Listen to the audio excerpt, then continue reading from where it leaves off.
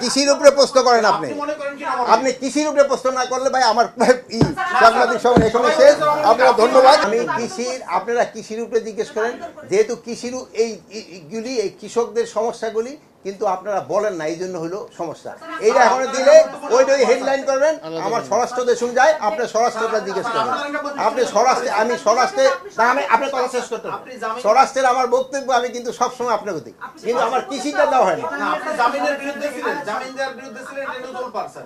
জামিনের বিরুদ্ধে ছাত্রলীগের বা আওয়ামী লীগের কারো জামিন দেওয়ার ক্ষেত্রে এটা নিয়েও তো উপর হয়ে গেছে। ছাত্রলীগ আওয়ামী লীগের ভিতরে জামিন দেওয়া না, ক্রিমিনালদের জামিন দেওয়ার ভিতরে, ক্রিমিনালদের জামিন দেওয়ার বিরুদ্ধে। বলেন আপনি কৃষির উপরে প্রশ্ন করেন, আপনি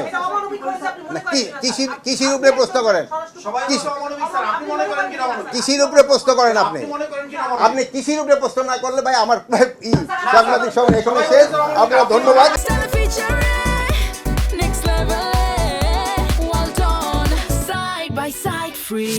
উৎপাদন যদিও অন্যান্য বারের তুলনায় এবার 14% বৃদ্ধি পেয়েছে। যেহেতু আলু 14% বৃদ্ধি পাওয়ায় আলু চাষিরা কিন্তু এবার সবচেয়ে লুজার হয়েছে। তারা কিন্তু এবার আলুর দামই পায় নাই। তো আমরা একটু চিন্তা ভাবনা প্রণোদনা আলুর এই চাষিদের আমরা একটা প্রণোদনা দেওয়ার চিন্তা ভাবনা আছে।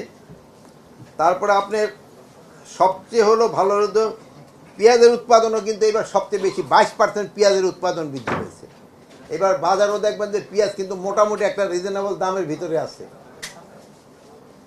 শাক সবজি আলু হলো 14, 22 হলো পেঁয়াজ, ধান হলো 6% বৃদ্ধি পেয়েছে।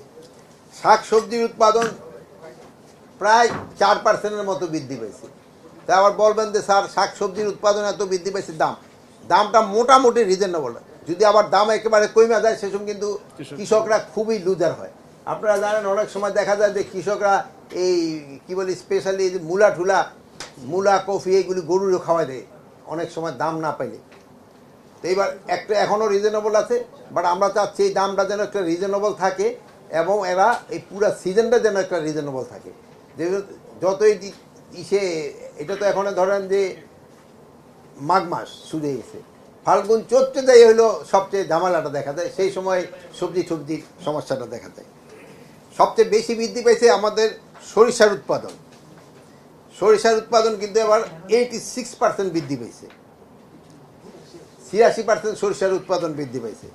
আপনাকে বলছিলাম না যে মিনি কোল্ড স্টোরেজ আমরা 100 অলরেডি বিভিন্ন জেলায় দিয়ে দেওয়া হয়েছে, 64 জেলায় দেওয়া হয়েছে, প্লাস আবার নতুন আরও 100টা আমরা করতেছি, 18টা আমরা এই মাসের ভিতরে আবার এই মিনি কোল্ড স্টোর পাঠাতে পারবো। এই মিনি কোল্ড স্টোরের সুবিধাটা হলো আপনারা জানেন শীতকালীন সবজি এবং গ্রীষ্মকালীন সবজির মাঝখানে একটু থাকে, লাল পিরিয়ড থাকে, ওই পিরিয়ডে এই সবজিটা যেন বাজারে আসতে পারে। আর শীতকালীন সবজি যদি শেষের দিকে আবার দামও খুব কমে যায়, কৃষকও দাম পায় না, বাট যদি কিছু কোল্ড স্টোর রাখা যায় সেই সময় তারা হয়তো কিছুটা দাম পাবে। আর প্লাস মানুষের সুবিধার জন্য ওই যে আগে যে গরুতে খাওয়াই ফেলতো, ওইটার গরুরে না খাওয়ায় কোল্ড স্টোরে রেখে দিলে মানুষই আবার সবাই খেতে পারে। আর 2 নাম্বার হলো সবচেয়ে হলো সার, নন ইউরিয়া সার 1961 সালের পরে এখন যে মজুদ এই হলো সবচেয়ে বেশি মজুদ, স্মরণকালে সবচেয়ে বেশি মজুদ আছে নন ইউরিয়া সার। যেহেতু ইউরিয়া সারটা কন্ট্রোল করে হলো কি বলে বিসিআইসি, মানে শিল্প মন্ত্রণালয়, ওদেরও মজুদ ভালো, বাট এইটার মজুদ হলো সবচেয়ে 61 সালের পরে এত মজুদ কোনো সময় ছিল না।